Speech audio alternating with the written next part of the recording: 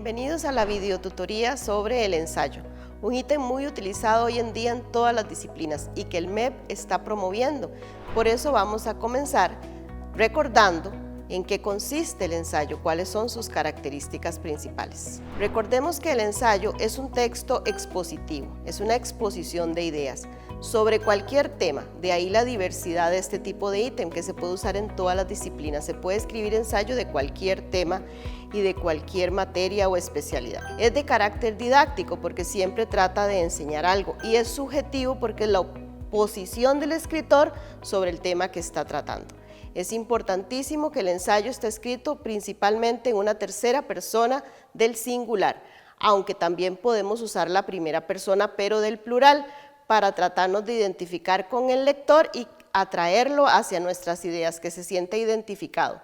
Pero básicamente el ensayo es un texto expositivo principalmente en tercera persona de singular. Veamos el ejemplo de cómo se usan esas personas en el ensayo. Podemos tomar este ejemplo del ensayo Alerta a Ustedes, donde dice: el costarricense aspira a que el pasaje a la historia sea un camino plácido, como si se tratara de un álbum familiar en donde quedan registrados los acontecimientos íntimos con el distintivo de una ternura alcahueta. Vemos cómo ahí está usada la tercera persona, es totalmente impersonal. En cambio, también podemos usar la primera persona, donde decimos, por ejemplo, la vida nos plantea problemas todos los días, en cada edad nuestra. Y la vida nos exige resolverlos, buscar soluciones.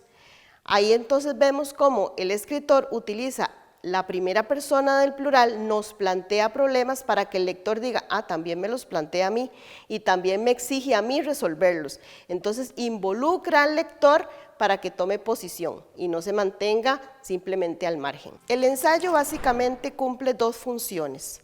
Una función es expresiva porque viene a dar los sentimientos del escritor, viene a demostrar cómo se siente, si se siente molesto, frustrado, cómo se siente ante el tema que está presentando. Por ejemplo, si decimos que el mundo capitalista es un sistema de egoísmos en recia competencia con la cual nosotros estamos solos, ahí está él dando una posición, ¿verdad? Está diciendo cómo se siente ante eso, se siente un poco impotente porque estamos en un mundo capitalista donde no hay sentimientos de nada. Pero también puede hacer uso de una función ideológica, de una función donde va a atraer al lector para que éste haga algo. Por ejemplo, Isa Felipe Azofeifa nos dice en su ensayo Invitación al diálogo de las generaciones: que ninguno de ustedes se eche a vivir plácidamente, olvidando de sus responsabilidades de ser humano, entre sus semejantes, sus hermanos, que respondan con nobleza a esta parte de la historia. Entonces ahí nos está llamando a nosotros, no nos quedemos ahí simplemente, sino que actuemos. Eso es una función ideológica o una función conativa o apelativa, cuando llama al lector para que haga algo, para que actúe, para que no se quede ahí sin hacer nada ante la realidad que lo rodea. Todo ensayo tiene una estructura básica.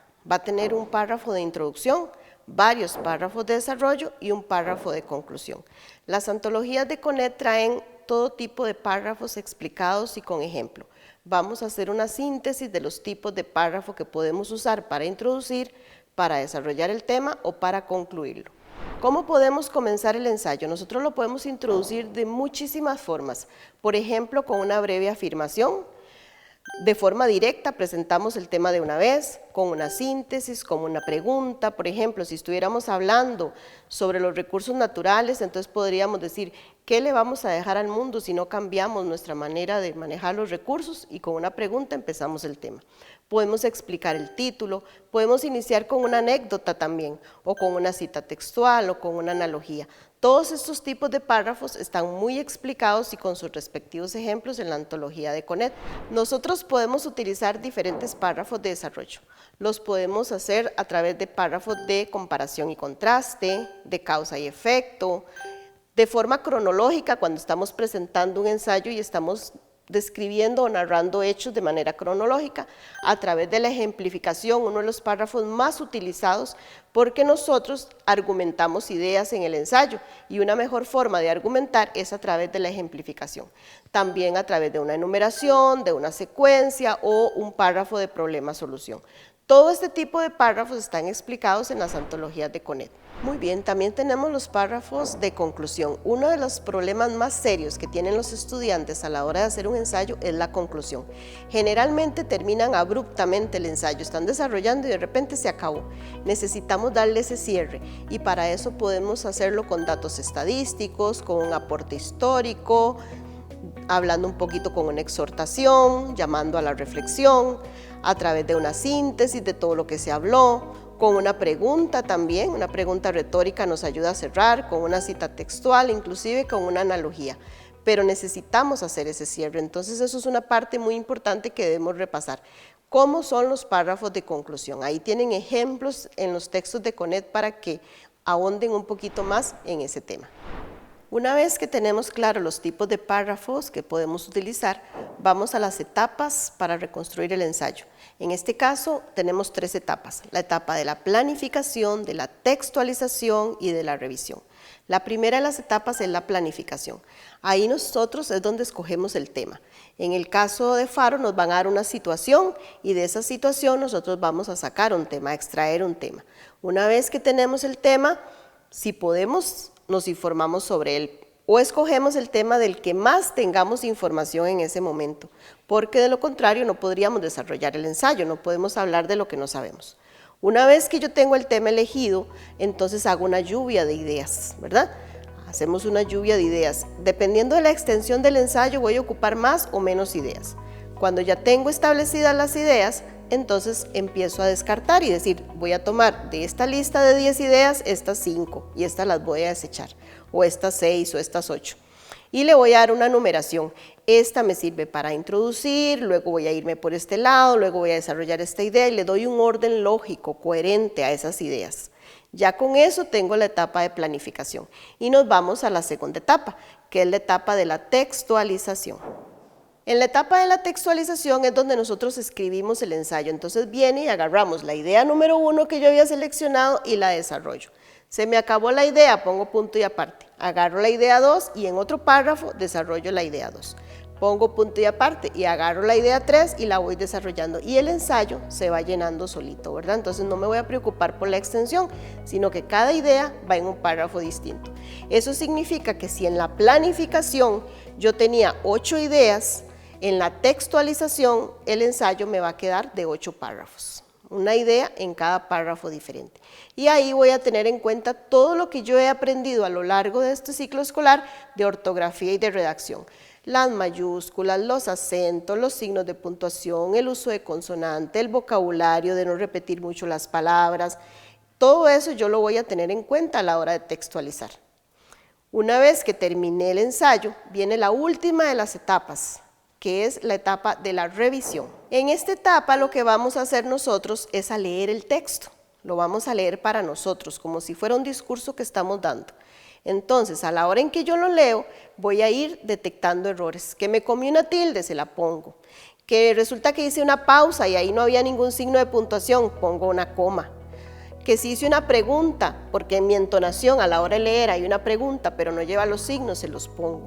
En esa etapa de revisión es donde yo hago la corrección. Que repetí mucho una palabra, entonces empiezo a eliminar la palabra con las técnicas de vocabulario que se estudiaron a lo largo del curso lectivo, ya sea cambiando por un sinónimo, por un pronombre o simplemente omitiendo la repetición. Entonces ahí es donde yo pulo esa parte. Y cuando ya la tengo lista, la paso en limpio y la entrego para calificación. Esas son las etapas que vamos a usar a la hora de hacer un ensayo. Cuando yo hago un ensayo, tengo que hacer uso de ciertos recursos literarios que me ayudan a desarrollar y a dar credibilidad a mi ensayo. Uno de esos recursos literarios es la figura de autoridad o la intertextualización, cuando yo traigo otros autores o otros textos a respaldar las ideas que yo doy, ¿verdad? Podemos hacerlo de la realidad. Por ejemplo, si estuviéramos haciendo un ensayo sobre el COVID, yo podría hacer uso de palabras que diga el ministro de Salud. Entonces yo digo, el ministro de Salud, tal, fulano de tal, dijo tal y tal cosa, y respaldo mis ideas. Eso se llama hacer uso de una figura de autoridad para respaldar mis ideas. Lo hace Fabián Dobles, por ejemplo, en el texto Alerta a ustedes. Mas no es solo asunto del pueblo llano, sino cosas de arriba abajo y de abajo arriba.